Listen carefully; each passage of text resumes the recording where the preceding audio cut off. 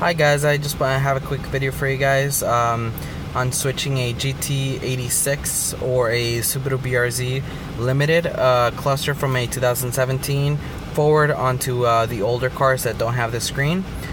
This is a older model, so this Subaru BRZ is 2015. The main one you can distinguish the year is, of course, the steering wheel doesn't have the actual buttons on the side, and it also, the display button is here.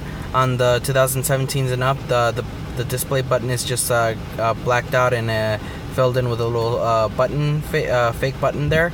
As you can see, the cluster works just fine. Everything else, all the lights and everything are working properly. Other than that, you see the RPM works just fine. It's the same.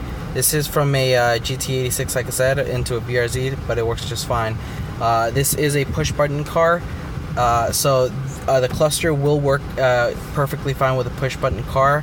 The only issues with turnkey cars, the cluster, it is part of the immobilizer system.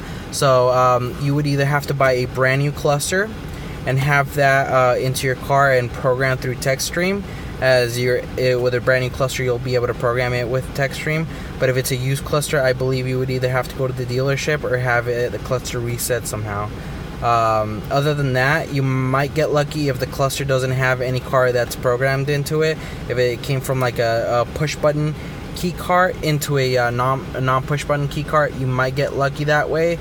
But other than that, you will have to get it programmed if you have a turnkey. Everything else, like I said, all the other lights work just fine.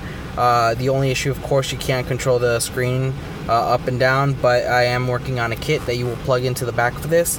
It will be basically, you just add the two little pins into the connector in the back, and then you'll be able to have, it'll be a little board you can install somewhere around your car, which has a 4-directional little thumbstick and a back button. Basically, it would be the exact same thing you would have on your steering wheel: up, down, left, right, center, and then back. And then you'll be able to control this. The kit will be coming pretty soon. Everything else is figured out. I'm just waiting for the orders to come in.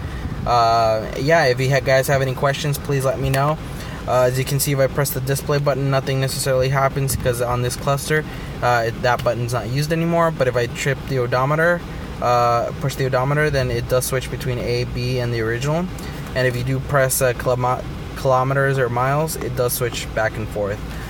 So yeah, guys, if you guys have any questions or if you guys are interested in, let me know. Just shoot me an email or a text.